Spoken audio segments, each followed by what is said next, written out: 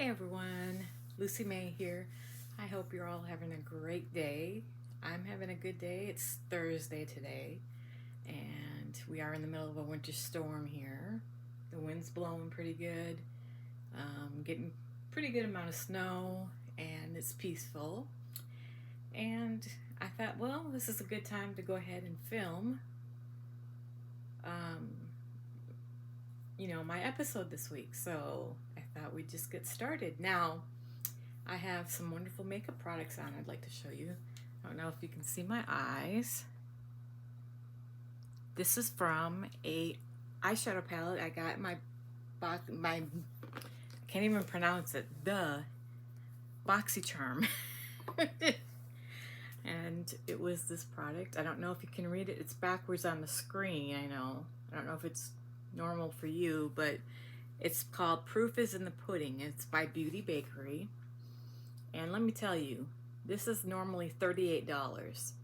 And BoxyCharm, their base box is $32. So this one product right here alone has paid for the entire box. And I got 5 products. The other thing I used on my lips, not sure if I really like this color, but it does kind of match my eyes, so we'll go with that. It's from Give Them La La. It's called Booty Call, and feels pretty good on the lips. So that's the color. I don't know if you can see it or not. So I can get it up that way. But it's a pretty color. And then I also, in the same box, I received Rare Beauty's foundation. And this is called, and I should know this, but it's it's her foundation. It looks like it's listed in French, but anyways, it's Rare Beauty's foundation. And I got it in BoxyCharm, and I used it, and the jury is still out on this because it amplified my dry spots. So I'm not quite sure if it's the primer that I used that maybe dried out my skin, or if it was the foundation. So I'm gonna give this a few more tries to see before I finally say this is good or not good. But I mean, it's kind of really lightweight when it goes on. Definitely lightweight, almost watery, and maybe a little bit oily to texture. It's goes on fine. It spreads. You can build on it, but I did not like the way it was setting on my pores. So that's why I'm like, I used a different primer than I normally use. So I'm going to try a different primer the next time to see if that makes a big difference. So anyways, I will keep using this one. So I wonder how you all are doing today, and how you're enjoying your weather where you're at, and if you've got a lot of plans this coming weekend. And so far I don't have any plans right now, but that changes.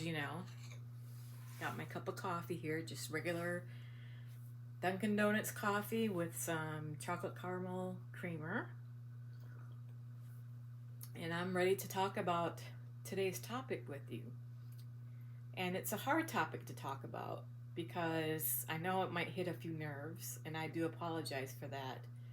But it's part of my story, and I can't be quiet about it anymore because I've been quiet about it because I haven't wanted to offend anybody. But I can't be quiet about it anymore. So today's topic is about depression and the church. Yes, so you heard me right, depression and the church. Or mental health in the church, really. There was a time, this is back when I was younger, when the church did not look fondly upon depression or any mental health issue. They didn't address it correctly, I believe. They demonized it. They just pushed it aside. Tell you, you'll be okay, we'll pray for you, just give it to the Lord. Which, yes, You are supposed to do those things, but you're also supposed to be reminded that this is a process. To get through depression, it's a process. It's not something like you give up immediately and it's done and over with. It's a process. And so there was a lot of misinformation from the church about depression, especially when you're at the pulpit. People were saying not very sensitive things about it, like you must not have enough faith if you're in depression, or you need to just really pray more. You're not praying enough. You're not being spiritual enough. You're not doing enough for the Lord. There was just a lot of excuses people would give. And unfortunately, I grew up under this in the church in this aspect, and it really affected me and how I talked about depression with people. The other thing that affected me coming out and saying things was when I was in college, I was a leader. I was a chaplain on my floor, and it was very much ingrained in me that, especially when I was a leader in the church as well, that, and this is true nowadays, it really is. I'm not saying it's a bad thing, but it was a bad thing for me, was that you're not supposed to be very vulnerable to people.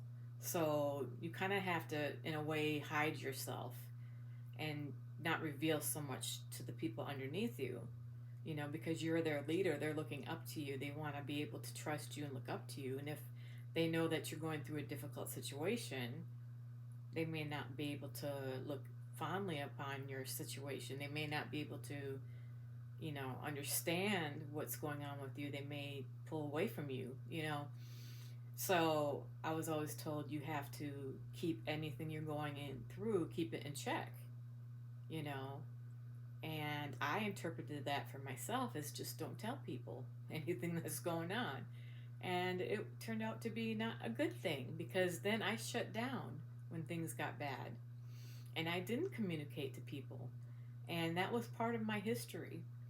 But I wanted to address the fact with the church, because we have done, as a church, this is a whole, church as a whole. I'm not saying anybody specific. I'm not complaining about any specific pastor. I'm saying as church as a whole has done a disservice to the mental health community. And we should be ashamed of ourselves with what has happened, because mental health is such a big, serious situation, and we need to re-educate our pastors, re-educate counselors in the church about how to deal with somebody who has depression or mental illness, or is having just a breakdown, or is having issues. We need to make it safe for that person to be able to talk about those things and not feel like they're going to go to hell because they're talking about them. I also grew up under the teachings of, if you say it, you become it. Name it and claim it. Say it, become it. So that's why you never told anybody what was happening, because if you professed it out of your mouth, then it was going to happen. And Jesus wants us to come to him and to tell him our wrongs, to tell him our problems. And we do it in prayer. Well, that's professing everything, confessing things out of your mouth to the Lord, Anyways, that's a whole nother story. But we got to where, we just would shut people out because of that one issue. So there needs to be an education and a re-education in this field, especially within the church, and to understand that everybody's healing is different.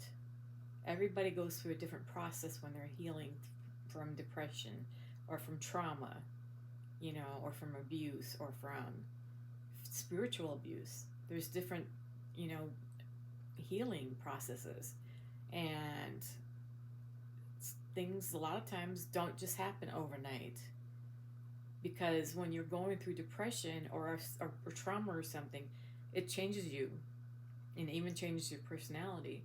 So when you were going through the process of trying to get out of depression, you have to work through those things that cause that depression so that you can recover back the things that you lost. You know, I mean, you won't be the same person again, but you'll be even better because you'll have more knowledge of what goes on because of what you've learned. So I just wanted to bring that up, and I'm not going to continue going on about it. But it, for me personally, it developed a problem in my life, and that was not communication. And when I was a child, there was an unspoken rule of, you know, don't say anything, don't talk. If you have a problem, just shove it down. Don't say anything, just shove it down inside you, keep it to yourself.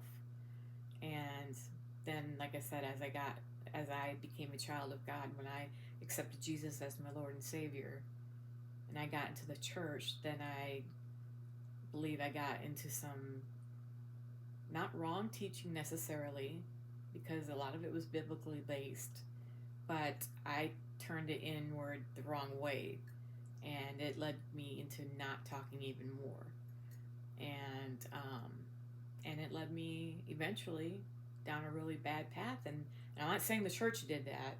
I'm just saying that I took the things from there, and it just kind of emphasized me more not talking, is what I'm saying. And then eventually it got to where several years later of not talking, got me into the point of what I did was making a horrible decision.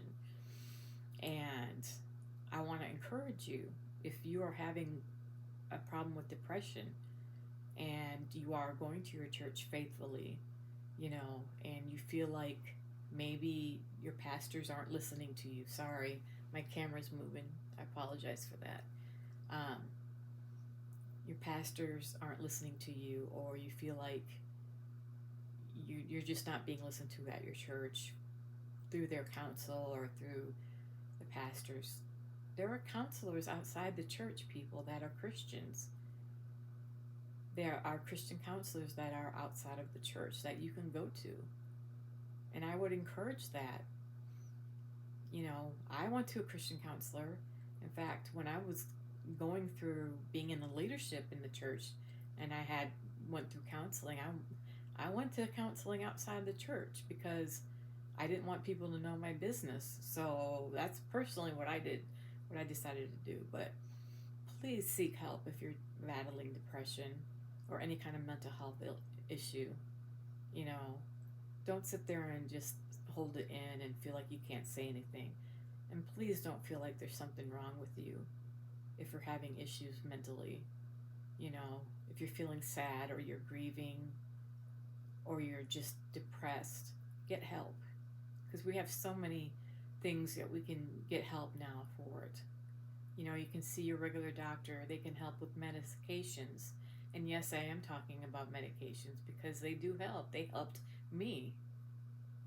My goodness, I don't know how. I mean, I desperately needed to be on a medication. I had a chemical imbalance. I didn't realize it until they put me on it, and it straightened me out. 180-degree difference within 1 week.